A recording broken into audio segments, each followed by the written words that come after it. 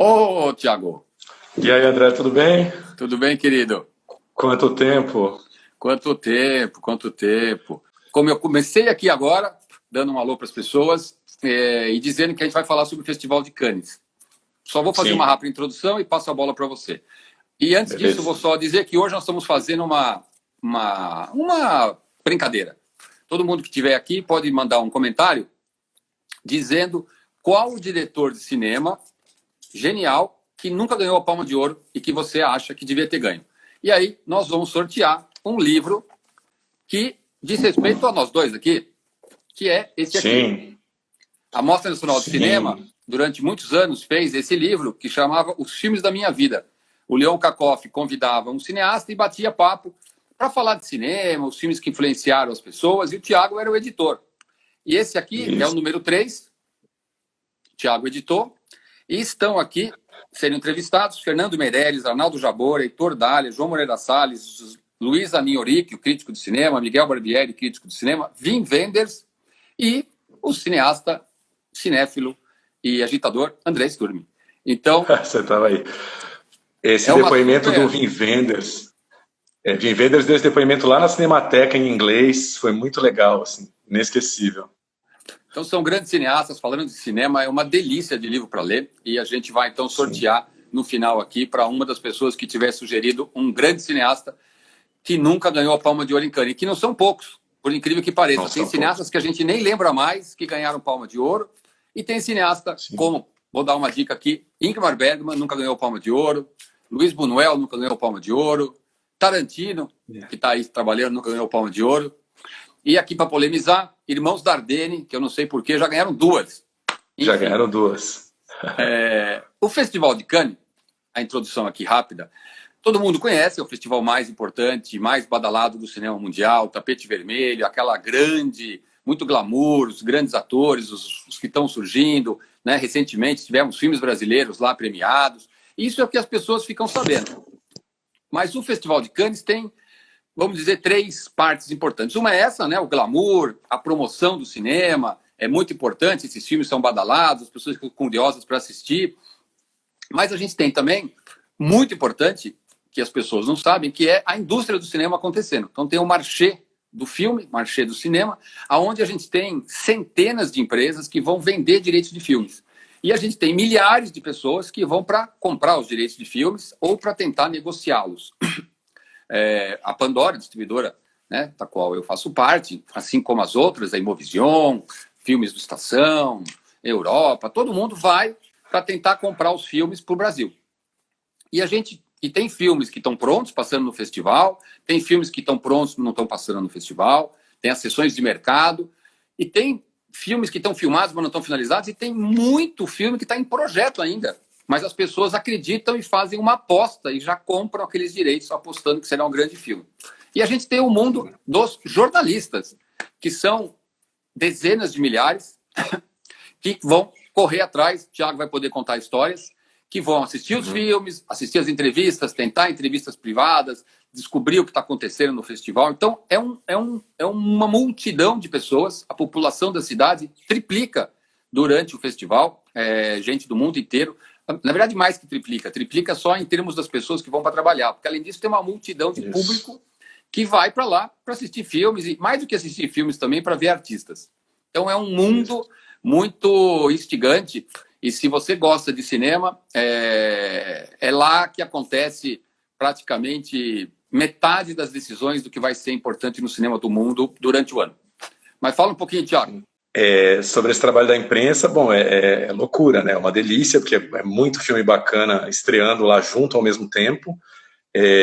As sessões começam 8h30 da manhã e, assim, brasileiro é aquela história. No primeiro ano, a gente sofre um pouco, né? Que você está acostumado com aquele jeitinho, chegar 20 para as 9, 15 para as 9, tudo bem. Lá não tem jeito, né? 8h30 da manhã em ponto, a sessão começa, as luzes apagam, porque nada pode atrasar, né? O filme começa 8h30, ele tem 2 horas na sequência, já está agendada a coletiva com o diretor e a equipe, na hora do almoço já tem uma outra sessão do Sertã Regar, à tarde, às vezes, uma outra sessão da competição, muita coletiva para ser encaixada no meio, fora, como você falou, as entrevistas individuais que cada jornalista vai tentar, né, da sua parte ali com as equipes de cada filme.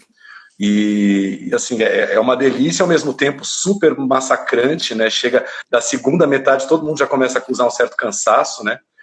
São famosas e lendárias as últimas e penúltimas sessões de Cannes, os últimos filmes exibidos em competição, eles são um pouco judiados, porque todo mundo já está com a cara no chão, né?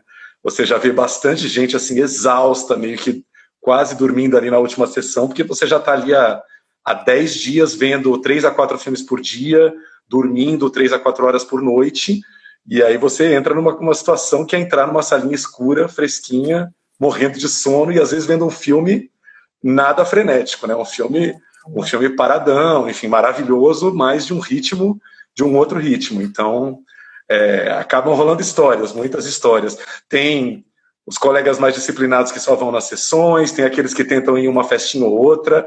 Quanto mais velho você fica, esse negócio de festa em Cannes já não dá muito certo, né? Porque você não tem energia para ver filme no dia seguinte, não. Então, foi uma coisa que eu fiz ali os 2, 3 primeiros anos, depois parei total, porque senão você não aguenta a agenda inteira. Mas isso que você falou dos filmes que passam nos últimos dias, né, que muitas vezes acabam prejudicados, mas às vezes acontece, como ano passado, que passa Parasita no penúltimo dia, e aí o festival já tinha vários favoritos, foi o ano passado, foi uma seleção realmente forte, né? Forte. Tinham, a cada 2 dias aparecia um favorito, e filmes que todo mundo falava, e de repente, na quinta-feira, passou Parasita, e aí foi um furacão, né? Foi um furacão, foi até uma coisa rara, né? Que é assim, aquele filme que vira unanimidade, né? Tem alguns festivais de Cannes que aconteceu isso, né? Que na hora que passou um filme, todo mundo disse, esse é o filme. Tem ano que não, né? Tem ano que chega dividido, mas o ano passado foi impressionante como Parasita estourou, né? Como aglutinou em torno do Parasita, né? Isso que está dando uma dó gigante esse ano de não ter festival, porque você pega pelo menos 6 ou 7 filmes marcantes do ano passado que fizeram uma linda carreira e marcaram no mundo todo, né? O Bacurau, o filme novo do Almodóvar, o Dor e Glória, mesmo o próprio Tarantino, Era Uma Vez em Hollywood, o filme da Celine Sciamma, que eu acho espetacular, O Retrato de uma Jovem em Chamas, para mim um dos melhores filmes dirigidos por uma diretora mulher do ano passado. Foram muitos filmes que ao longo do ano foram causando seu impacto em dezenas de países, né? E esse ano, como é que vai ser você não ter essa plataforma de lançamento para tantos filmes, né? É verdade. O festival tem a função principal do Festival de Cannes é essa, né? Promover os filmes, fazer com que certos filmes que talvez passassem despercebidos tenham visibilidade. Eu não tenho dificuldade para falar o nome dele, mas, por exemplo, você vai falar porque você com certeza sabe dizer, aquele cineasta da Tailândia, que era até já sabia que era ele.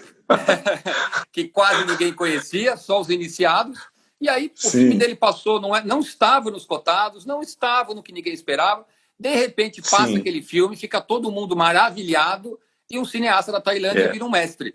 Fala o nome dele. A Pichapong Veerasetako. A gente acaba decorando. Esse ano foi sensacional, foi 2010, um ano que o presidente do júri era o Tim Burton, e é isso que você falou, era um dos, talvez era o menor filme da competição, era o mais barato, o de menos orçamento, um cineasta ali pequeno, se eu não me engano a sessão foi no meio da tarde, enfim, foi todo um filme marginal ali na competição, mas foi uma palma tão bem dada, porque além de tudo tinha tudo a ver com a obra do Tim Burton, né?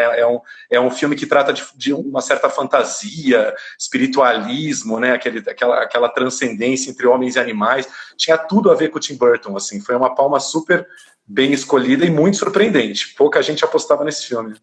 É verdade. Então a gente tem filmes como esse, né, de um cineasta que é isso. Eu me lembro, eu estava lá, a gente chega no festival, olha os filmes, para ver quais a gente vai tentar comprar os direitos. Esse daí não estava nem na minha última lista. Confesso aqui, total vergonha. Não estava. Imagina, a Chicarão Goropopong. Não ia atrás disso, né? E o seu Leon Kakoff foi esperto e pegou o filme. O filme foi dele, no fim das contas. Ele ficou feliz da vida. O Leon Kakoff tinha esse olho absolutamente fora de série, né?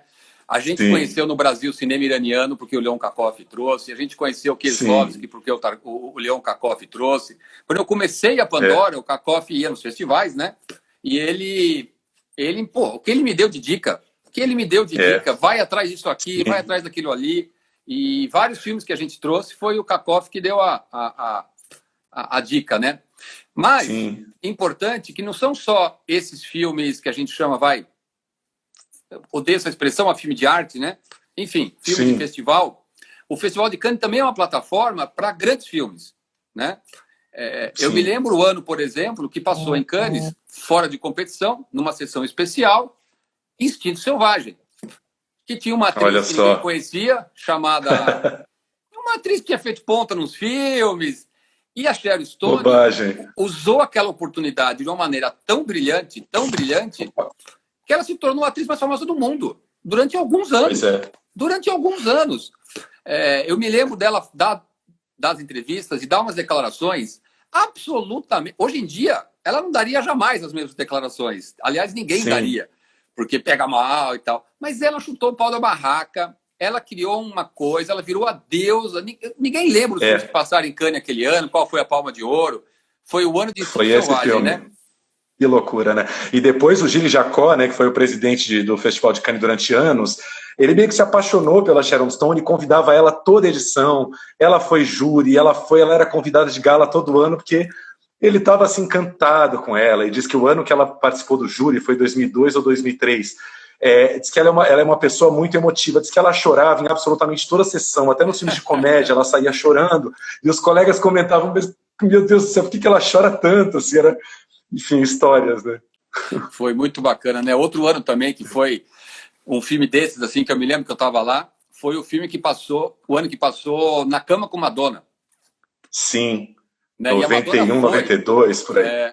Nossa. E a Madonna foi, e eu não resisti, né? Fiquei ali perto da entrada. E a Madonna mede 1,5 metro, né? Mas eu não sabia, né? Não tinha essa ideia, a gente vê na televisão, né? E na hora que ela saiu da limusine, começou a subir o tapete vermelho, aquela multidão, né? É tão legal esse amor pelo cinema que o Festival de Cannes mostra, né? E a gente pode, olha, foi 91, tá dizendo o Chico. Obrigado. Então, ô, André, qual foi seu primeiro ano? Qual foi seu primeiro ano em Cannes? Meu primeiro ano em Cannes foi em 90. Faz tempo. Nossa. Foi a palma do David Lynch, não é isso? Coração Selvagem? Exatamente. Exatamente. Foi o primeiro ano que eu fui.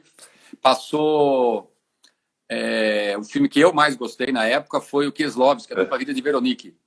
Ah, sim. Muito legal. Lindo filme. Olha só. Aliás, quem vai para Cannes pela primeira vez para o Festival de Cinema, para trabalhar, se não tiver um amigo para ajudar, que foi o meu caso, porque eu cheguei lá sozinho, aquilo é tão grande, e assim, né? Assim, sem querer ofender ninguém, hoje em dia tem que tomar cuidado com as palavras, mas assim, se os parisienses são difíceis, os canianos são caninos, então não é fácil.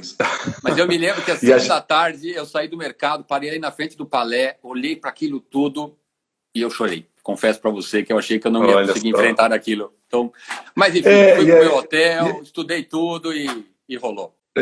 Não, vou falar uma coisa meio melosa aqui, mas acaba sendo meio que uma igreja para a gente cinéfilos, né? Em geral, nós cinéfilos não somos pessoas muito religiosas, muito ligadas em outras coisas. O cinema é a nossa religião, né? E lá é uma congregação de gente muito apaixonada por cinema em todos os aspectos, como você falou, desde os jornalistas até os produtores de cinema, que são aqueles leões que, né, às vezes se endividam, se afundam em dívidas para colocar um projeto em pé que eles estão apaixonados.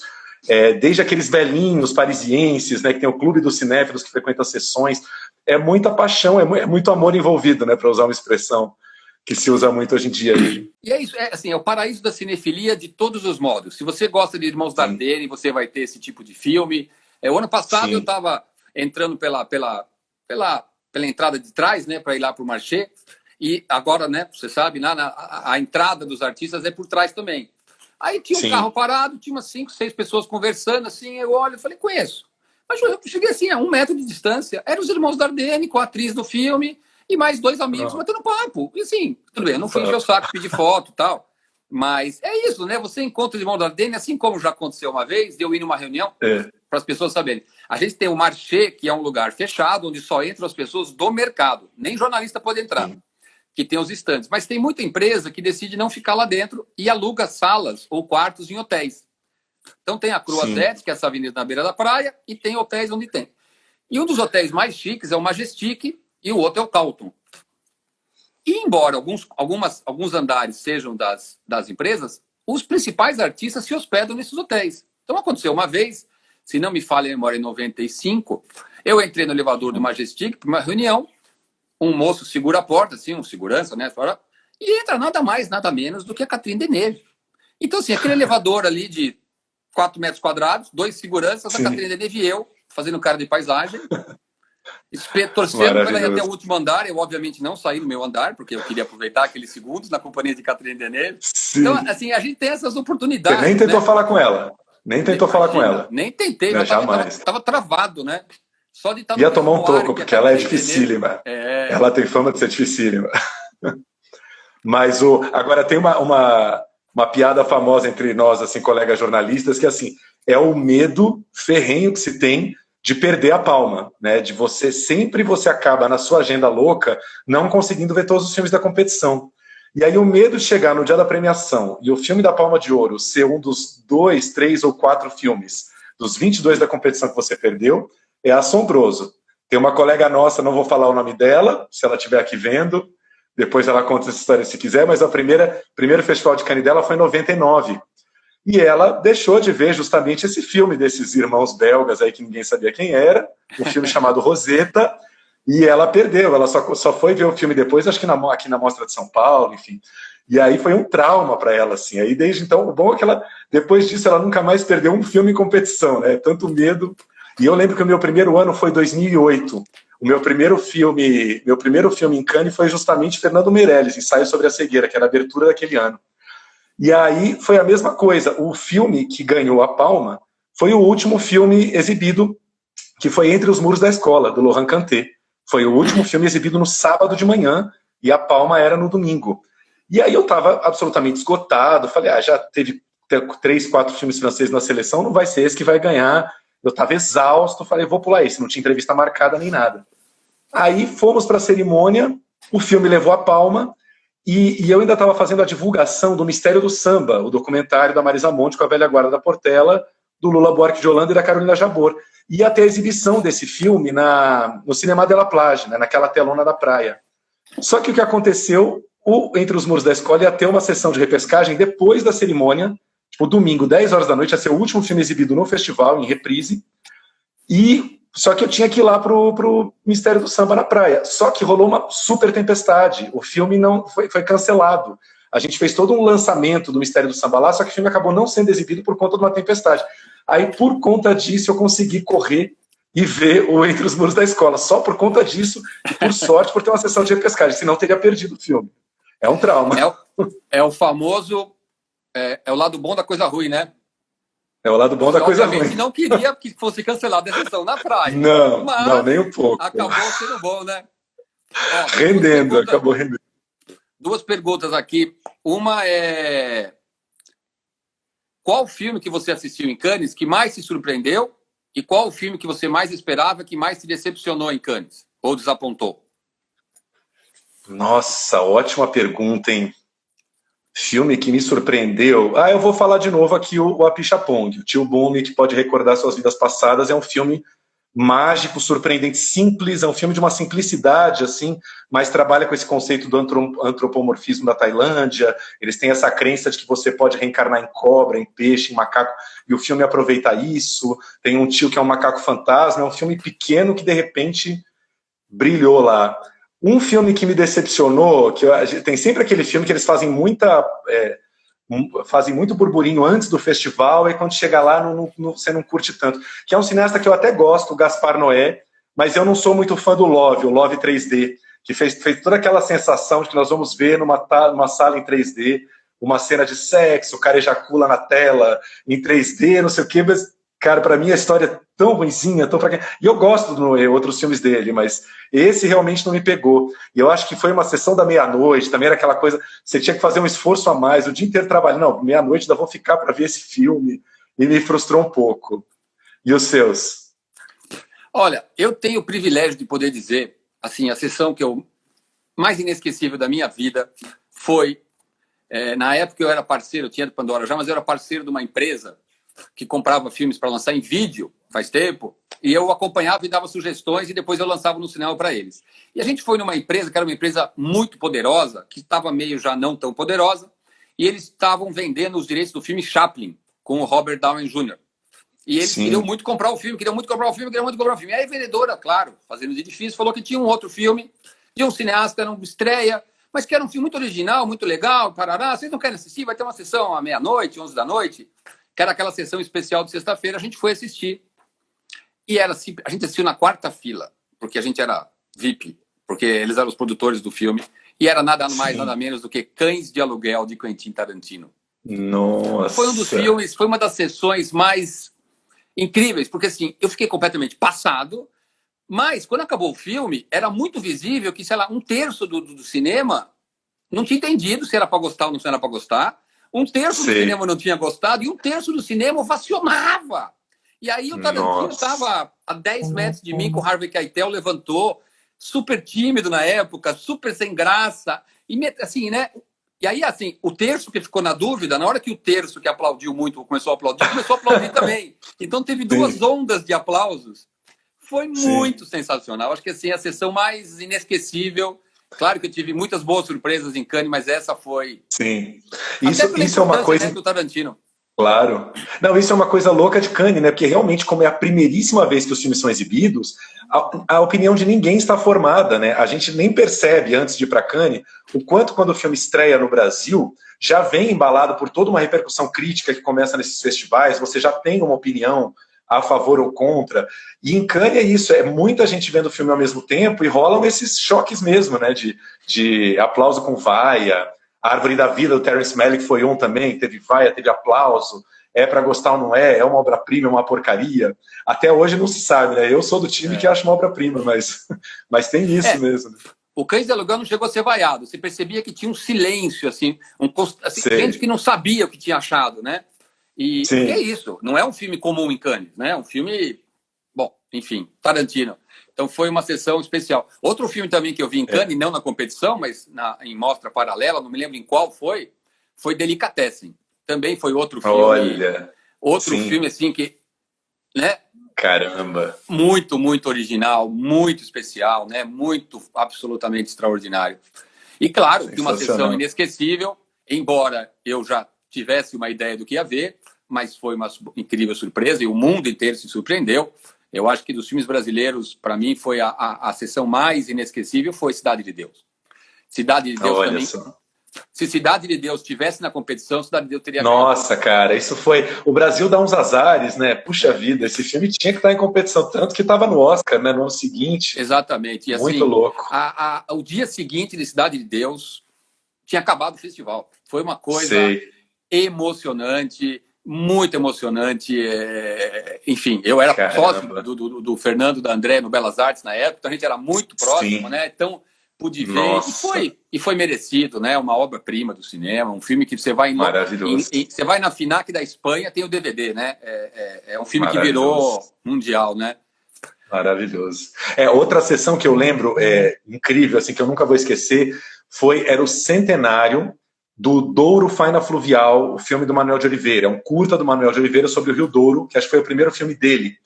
E aí Cannes fez uma sessão do centenário com a presença do Manuel, e quem tinha acabado de chegar em Cannes naquele dia, provavelmente estava com o filme lá, aquele ano, não vou lembrar qual, e foi na sessão e cumprimentou pessoalmente na frente de todo mundo o Manuel de Oliveira, foi o Clint Eastwood. Cara, Cannes serve para essas coisas, né? Você vê Clint Eastwood cumprimentar Manuel de Oliveira, né? Um cara que é de Hollywood, que poderia não tá nem aí, né, para um cineasta português, né? Quem é esse cineasta marginal que meia dúzia de pessoas veem? E ele foi lá reverenciar o Manuel de Oliveira. Eu acho que Cannes existe para essas coisas, assim. Ah, com certeza, nesses momentos de encontros, né, muito especiais. E Sim. essas histórias também. Uma outra história, também de Catherine Deneuve, teve um ano mais recente, acho que foi uns 6 anos atrás, 7 anos atrás, eu não sou bom para lembrar que ano foi, mas enfim, que o filme de abertura, eu fui convidado para a abertura junto com uma diretora de cinema, e o filme era um filme francês, que não era nada sensacional. E depois do filme tem um jantar para os convidados e tal. A gente foi, eu acabei sentando na mesa, e era uma mesa assim de umas 10 pessoas, tinha mais um outro cineasta, foi muito bacana, e tinha uma mesa no centro, assim, ficava ali a uns 20 metros de onde eu estava, que claramente era a mesa principal. Aí chegou lá o diretor do festival, chegou o diretor do filme, e, sei lá, tinha umas 30 pessoas naquela mesa. Bom, isso foi uns 6 anos atrás, como eu disse. Portanto, o cigarro já tinha virado o maior criminoso do mundo. E os serviços vindo eram, sei lá, deviam ter 50 mesas, era uma coisa grande, aquele monte de garçom, barará. Na hora que veio a sobremesa, assim, me chama a atenção que naquela mesa principal, uma mulher põe um cigarro na boca e acende. E eu falei, como assim? Como assim? Quem é E era ela. Era a Catherine Deneuve, claro, porque eu fui olhar, era a Catherine Deneuve. Aí vem uma mocinha, funcionária, para a Catherine Deneuve e diz para ela, por favor, senhora, não é permitido fumar aqui.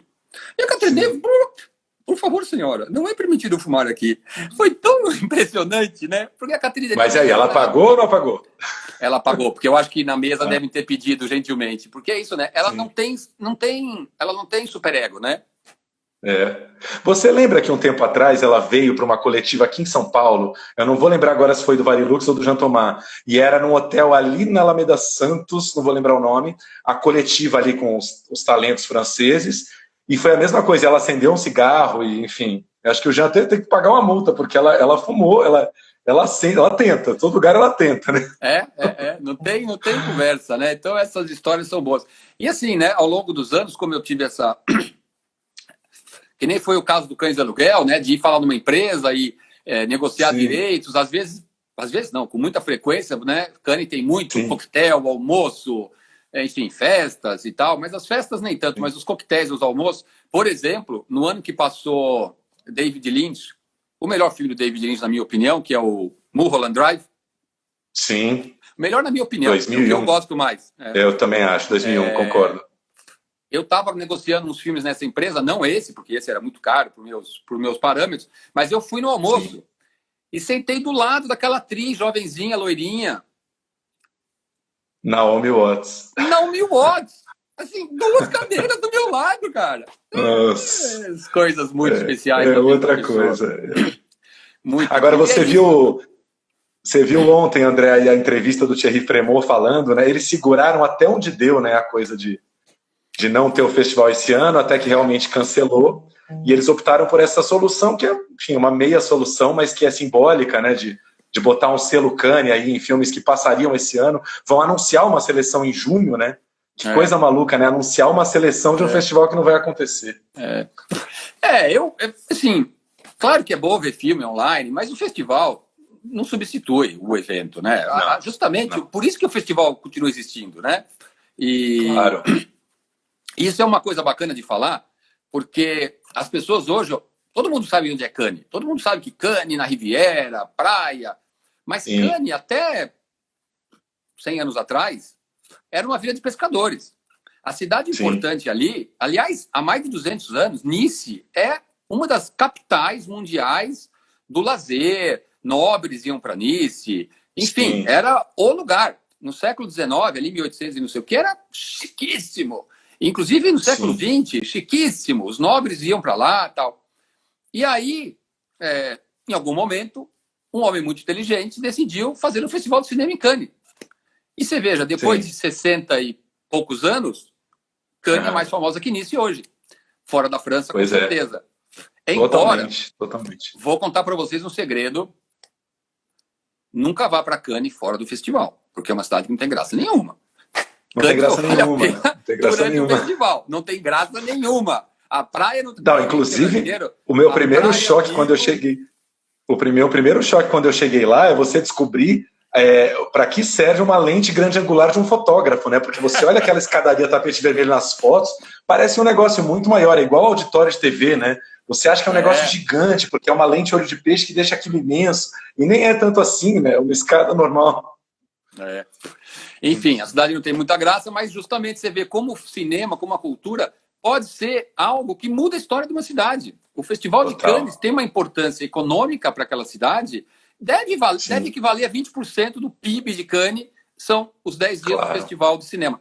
E justamente por causa do Festival de Cinema, Cannes se tornou uma cidade que tem vários outros eventos ao longo do ano, porque ela se tornou glamurosa por causa do Festival de Cinema. Uma cidade que não tem glamour nenhum. Eu espero que tenha francês aí me ouvindo. Por conta do Festival de Cinema, ela criou toda uma infraestrutura, né, de hotéis, de restaurantes, de bares, que é uma cidade que até engana, né? Você chega, ela parece pequena, humilde e tal, só que assim, a cada quadra tem 12 hotéis, tem 4 restaurantes, tem infraestrutura a rodo.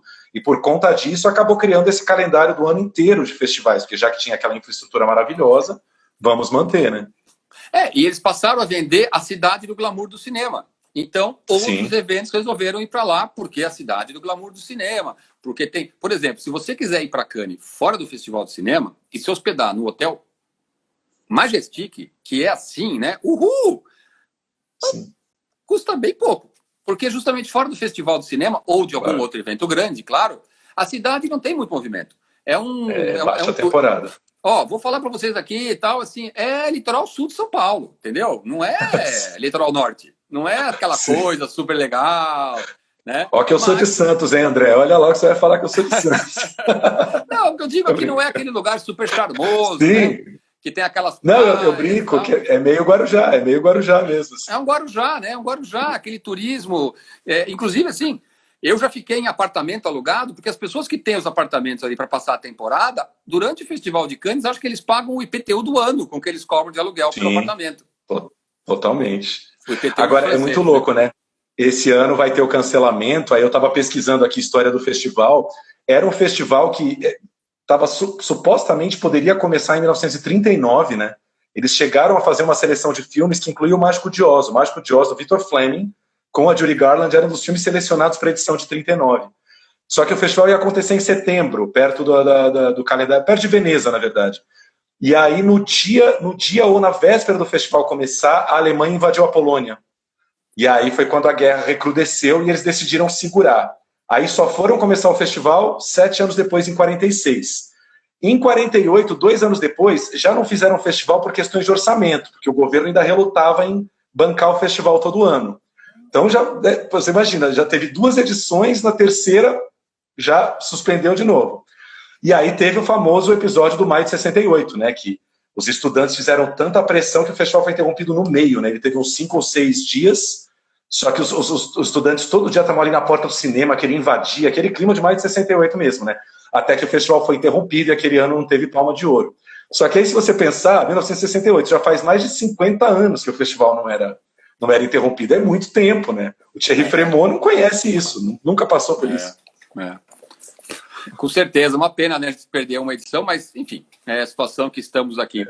Uma moça aqui simpática, Adri Fern, perguntou qual foi o filme que ganhou a Palma de Ouro, mas que você menos gostou, que tinha te decepcionado mais.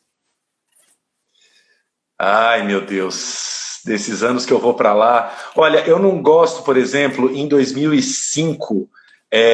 ganhou um filme chamado Dupin, do Jacques Audiard, que é um cineasta francês que eu gosto muito. Acho que ele tem filmes belíssimos, mas o Dupin, para mim, é um filme que ele fala sobre imigração, um imigrante do Sri Lanka morando em Londres. Não acho nem de longe o melhor dele. O filme acabou levando a Palma de Ouro em 2005. Né? E outro também que eu lembro de cabeça, assim, que eu acho um ótimo filme clássico, mas para mim ele não traz nada de muito original na feitura, é O Pianista, do Polanski. Eu acho um ótimo filme, mas, assim, para mim falta aquela inventividade, aquela originalidade para merecer uma Palma de Ouro. E foi a palma dada justamente pelo David Lynch em 2003. Lembro desses dois, assim, de cabeça. Esse do Pianista, né, é curioso, porque era o David Lynch, né? E o Pianista, de certa maneira, é 180 graus de um filme do David Lynch. Exatamente. É um filme linear, entre aspas, realista, guerra, né? Você imaginaria o David Lynch também premiando, acho, Capum Cacharapong, né? Uma coisa mais viajandona, mais... Eu acho que isso é a coisa que mais dá revolta em Cannes, quando o presidente do júri, ele não dá uma palma de ouro que não é a cara dele. Eu acho isso revoltante.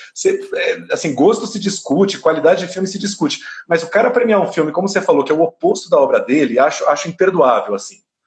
Mas eu estranho. Eu acho que isso acontece às vezes, porque provavelmente você tem um presidente do júri que acaba não sendo o presidente do júri, né? Talvez ele não tenha uma personalidade, e aí alguém que pegou o comando do júri. Muito democrático, né? Muito democrático. Mas essa coisa de presidente do júri, você até mencionou desse ano específico, e que eu, por exemplo, acho ruim. Ruim não, acho um filme, claro, filme importante e tal, mas foi o ano que ganhou o Rosetá dos Irmãos Dardenne. Aquele ano, tinha Tudo Sobre Minha Mãe, do Almodóvar. Tinha aquele filme do Angelopoulos, Fora de Série, que agora me foge o nome. Assim, foi uma das melhores seleções de todos os tempos de Cannes. Eu me lembro que assim, era uma seleção VIP, mestres. Tinha a História Real do David Lynch, que é um filmaço também, na minha opinião. David Lynch. Tinha, assim, pelo menos uns 7, 8 gênios do cinema, com filmes bons. E o presidente era o Cronenberg. Pois é, que também não tem nada a ver com o estilo dos Dardenne. Eu acho que aquele ano o Cronenberg ficou com inveja dos outros e falou: vou dar para esses caras aqui que ninguém conhece. Ele não quis dar palma de ouro pro Almodóvar, nem pro Angelopoulos, nem pro David Lynch, e ele inventou de dar. E também o Rossetá passou, você mesmo falou, passou bem no final, né? Agora, tem uma história ótima do Lynch com Cronenberg em Cannes. Não sei se é boato, não sei se, mas a história é tão maravilhosa que tem que ser contada. Que diz que eles têm meio que uma rivalidade nessa coisa de festival, enfim, porque eles ocupam ali, né, um espaço parecido ali no cenário cinematográfico. E aí, em 99, Cronenberg era presidente do júri e não deu nenhum prêmio para História Real, que tinha sido um filme elogiadíssimo, até pelo Lynch sair do estilo dele, né, fazer um filme naturalista, enfim, mas com o seu encantamento ali, não deu prêmio nenhum. Aí, quando chegou em 2003, David Lynch, presidente do júri, o Cronenberg estava competindo com Spider, que é um filme dele bastante interessante, o Ray Fiennes fazendo um sujeito esquizofrênico e tal. E aí o Lynch também não deu nenhum prêmio para o Spider e acabou dando a palma para o Polanski, diz que tem um pouco essa rivalidade entre eles. Assim.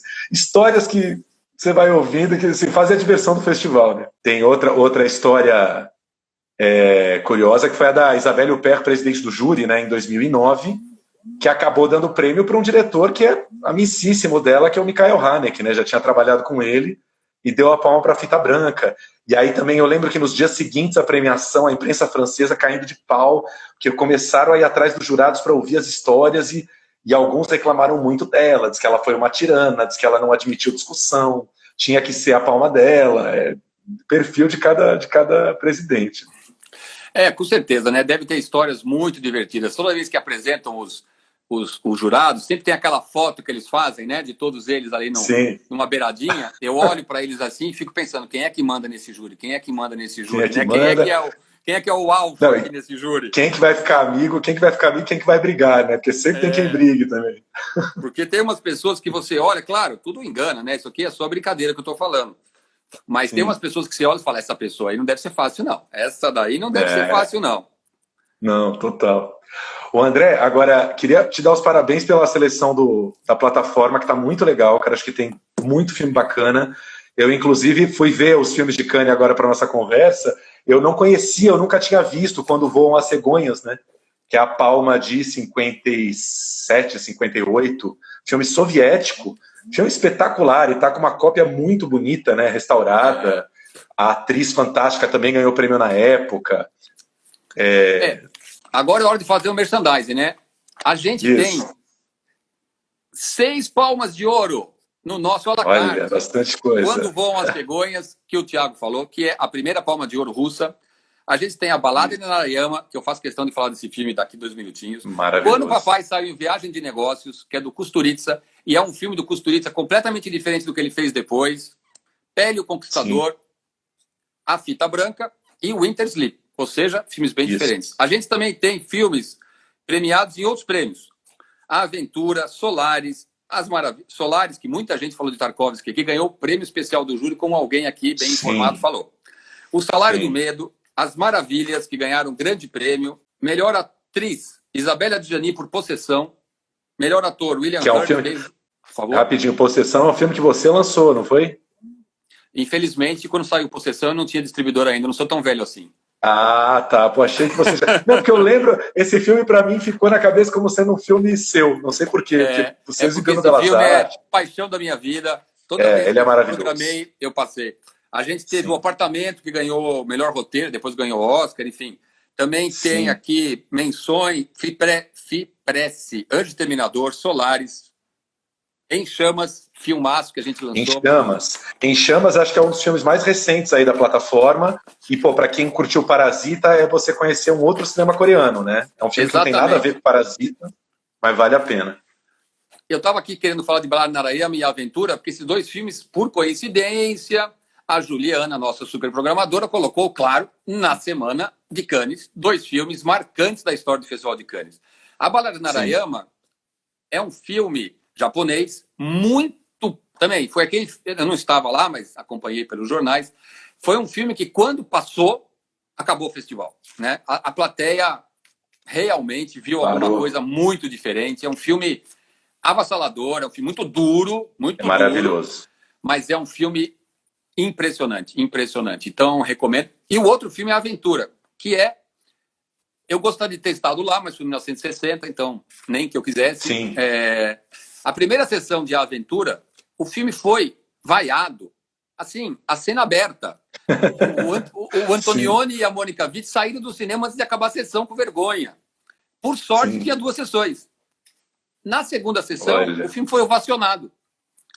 E é um marco da história do cinema. Se você não viu a Aventura, você não é um cinéfilo. Nem que seja para você não gostar. Mas você tem que assistir a Aventura entendendo que esse filme é de 1960. Ele continua bom, mas você pensando que ele é de 1960 é absolutamente revolucionário, né? A quantidade de filmes feitos depois que foi inspirado na Aventura, seja o cineasta sabendo, seja o cineasta não sabendo, é impressionante. Né? A maneira de lidar com personagens de uma classe muito rica, que a vida é muito fácil, então tem um certo tédio, um certo desencanto, uma certa amoralidade, que na época foi absolutamente chocante. O Antonioni foi processado por imoralidade. Quando o filme estreou nos Estados Unidos, fizeram um monte de cortes, o filme saiu, e inventaram uma categoria nova, que era filme condenado, para lançar a Aventura nos Estados Unidos. Enfim, então são 2 filmes que a partir de quinta estão no nosso canal, que você tem que assistir. Isso porque não tem nenhuma cena de sexo muito forte no filme, né? As cenas de sexo do Antonioni são sempre muito elegantes, não sei nem o que tem para cortar no Aventuras. Não, tem cenas sensuais, mas não tem ninguém pelado. Não, mas, nem um pouco. Na época era muito, muito ousado, né? Eu acho o Antonioni, um tempo atrás teve uma mostra no CCBB que eu tive a oportunidade de rever vários filmes dele em tela grande. Eu acho que é um cineasta muito atual, porque ele fala do vazio do mundo moderno, né? E os filmes dele têm sempre esses ícones da velocidade. A Aventura é um filme que tem muito... Eles estão ali vivendo aquele vazio, daquele sumiço, né? Da pessoa que desapareceu no meio do filme. E eles estão pegando uns trens velozes, e eles vão para festas. É todo um luxo e riqueza de uma vida moderna dos anos 60, e nada daquilo preenche a alma deles, né? É um negócio... Aquele vazio vai tomando conta de você, espectador, assim, é um negócio maluco. Nesse ponto eu acho ele muito atual. Eu acho que até hoje a gente não saiu muito desse vazio, esse excesso do mundo moderno, que agora a pandemia fez a gente parar um pouco, né? Eu acho que é essa mesma sensação que a gente tem, às vezes. A gente tem tudo, o celular bota tudo na palma da nossa mão, mas o ser humano é muito, muito mais complexo que isso, né? Nada vai garantir sua felicidade. Com certeza. E acho que, além disso que você fala, que é a dramaturgia do Antonioni, a maneira de filmar também é muito particular, né? A maneira como ele filma, os planos, os enquadramentos, a maneira de filmar as pessoas, e tem o surgimento de uma parceria homem-mulher, cineasta-atriz, que é o Antonioni com a Mônica Vitti, que eu acho que talvez seja a mais genial parceria de cineasta-musa. Não é só porque ela é linda, né? Tem algo na Mônica Vitti que é perfeita para ser filmada pelo Antonioni, né? E então também tem isso que eu acho que é um destaque nessa parte, que depois eles vão fazer mais alguns filmes, mas tem a famosa trilogia, né? A Noite, Deserto Vermelho. Deserto Vermelho também com ela. Que as pessoas chamam de trilogia Aventura, a Noite e o Grito. Não, Aventura, a Noite e o... Aventura, a Noite e o Eclipse. Desculpa. Isso. Ele conheceu a Mônica Vitti na dublagem de O Grito. Ela era dubladora da atriz que era americana no filme. Olha só como é a vida, né? Olha só. Eu e a Flávia Guerra lançamos o nosso podcast de cinema, chama Plano Geral, está disponível no Spotify, no Deezer, nas plataformas da Apple. Toda segunda-feira tem edição nova. Você está mais convidado para ir lá bater papo com a gente um dia. A gente tem escolhido uns temas, tem falado muito sobre esse cinema em tempo de crise, quando as coisas vão reabrir. Damos dicas de streaming, falando de todas as plataformas, já falamos muito do Belas Artes. E é isso, quem quiser é só buscar Plano Geral aí nas plataformas. A nossa equipe aqui, nos bastidores, aliás, não estão nem aqui, estão lá em algum lugar, foram anotando todas as sugestões, colocaram num saquinho, eu acho, e sortearam Rangel Zig, que escolheu Tarkovsky como cineasta que não ganhou Palma de Ouro e devia ter ganho. Então, depois nós vamos entrar em contato com o Rangel Zig para combinar como é que ele vai receber esse livro. E eu também queria destacar aqui o voto que eu vi mais original, que foi do Vinícius Lustosa, que sugeriu que o cineasta Robert Eggers deveria ter ganho uma Palma de Ouro. Olha, que foi bem original, porque exatamente não é um cineasta daqueles que está sempre na lista dos favoritos das pessoas. Não, então, digamos, mas eu acho que fica que com a menção honrosa da votação, o Vinícius Lustosa. Ele tem toda a razão, tanto a bruxa quanto o farol poderiam estar em competição, concordo plenamente, assim. Eu vou falar os meus rapidinhos, assim, são o Cronenberg, que realmente nunca ganhou, deveria ter ganhado, e Almodóvar, que eu acho que ainda está no auge, ainda está fazendo filmes incríveis, Dor e Glória, ainda para mim ainda é o auge dele. Espero muito que um dia leve a palma, mas ele é o tradicional injustiçado. Eu acho que nos últimos 20 anos o Almodóvar é o maior injustiçado, sem sombra de dúvida. É o maior injustiçado. Tudo sobre Minha Mãe é uma obra-prima do cinema e perdeu para Rosetta. E Dor e Glória, o ano passado, é outra obra-prima. Tudo bem que Parasita também é uma obra-prima, foi um ano atípico, mas Dor e Glória, eu penso, pelo menos uns 3 anos que ele tivesse passado, ele tinha ganho a Palma de Ouro no primeiro dia. Totalmente. É aquela coisa do o ano errado, né? Porque Parasita realmente era muito fora de série. Teve um ano também, 2006, que Volver estava muito cotado. 2006 não foi um ano muito forte. Aí Volver começou a se destacar e a palma foi para o Ken Loach. Almodóvar merece muito, porque ele é realmente um cineasta de uma originalidade, de uma criatividade, e é uma pessoa generosa, né? Então. E se renova, né? Entrou numa fase madura agora, falando do envelhecer, falando de outros temas que não são os começos da carreira. É muito fantástico. Exatamente. Acho até que, sim, para ser aqui, barará, eu sou mega fã, mas eu acho até que antes do Dor e Glória, ele fez aí uns 2 filmes que estavam um pouco abaixo do que a gente espera do Almodóvar. Para outro cineasta estava bom, né? Mas Dor e Glória coloca ele de novo ali onde ele sempre teve, né? Com certeza. Tiago, super obrigado. Estava com saudades. Obrigado, André. Obrigado pelo convite. Também. Pandemia, vamos nos encontrar ao vivo. Vamos marcar um vinho, isso aí. Muito obrigado pela Pessoal, convite. muito obrigado. Valeu. Equipe, valeu. Muito feliz aí pela presença de vocês e a gente se fala na semana que vem. Um abração.